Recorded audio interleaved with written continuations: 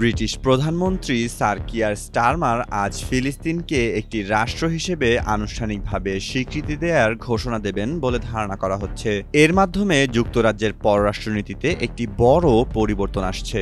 গত জুলাই মাসে প্রধানমন্ত্রী স্টারমার বলেছিলেন যে ইসরায়েল যদি গাজায় যুদ্ধবিরতিতে সম্মত না হয় এবং একটি দীর্ঘমেয়াদী শান্তি প্রক্রিয়ার প্রতিশ্রুতি না দেয় তবে যুক্তরাজ্য তার অবস্থান পরিবর্তন করবে। এই ঘোষণার ফলে ইসরায়েলি সরকার হামাসের হাতে বন্দী জিম্মিদের পরিবার এবং কিছু কনজারভেটিভ নেতার কড়া সমালোচনার মুখে পড়েছে যুক্তরাজ্য।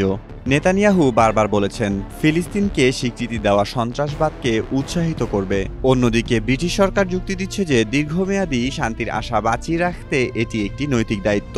গত কয়েক সপ্তাহে গাজায় মানবিক পরিস্থিতি আরও খারাপ হয়েছে, যা এই সিদ্ধান্তকে প্রভাবিত করেছে।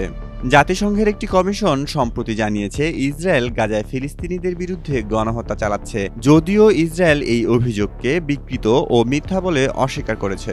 ফিলিস্তিনি কর্তৃপক্ষ যুক্তরাজ্যের এই প্রতিশ্রুতির প্রশংসা করেছে, তবে ব্রিটিশ সরকারের পক্ষ থেকে বলা হয়েছে হামাসের জিম্মিদের মুক্তি দিতে হবে এবং ভবিষ্যতে ফিলিস্তিনের শাসনে তাদের কোনো ভূমিকা থাকবে না।